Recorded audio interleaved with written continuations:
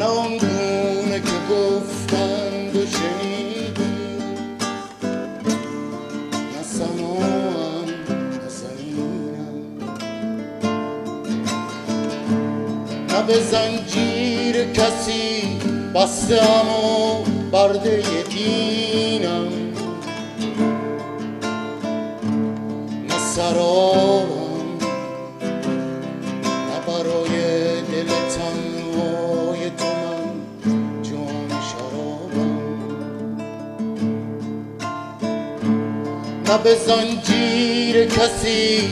بسته‌ام و برده دینم، نه گرفتار و اسیرم، نه حقیرم، نه فرستاده پیرم، نه به هر خانقه و مسجد و میخانه فقیرم،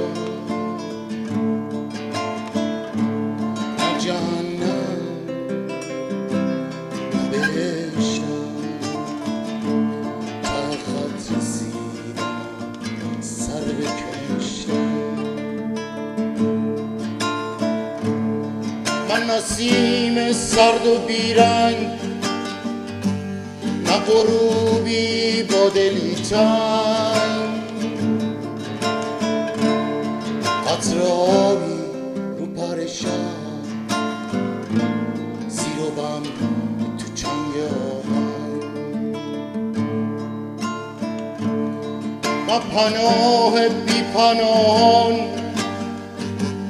نه گناه بی گناهان، من نسیم عطر پایی،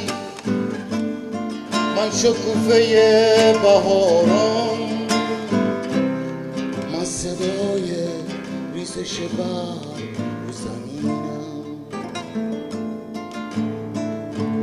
قطره های نرم بارون رو جبینم،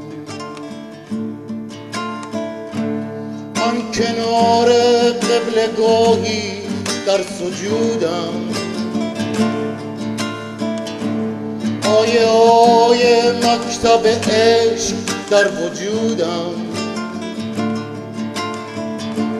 من سکوت چشمه نور برگ خشک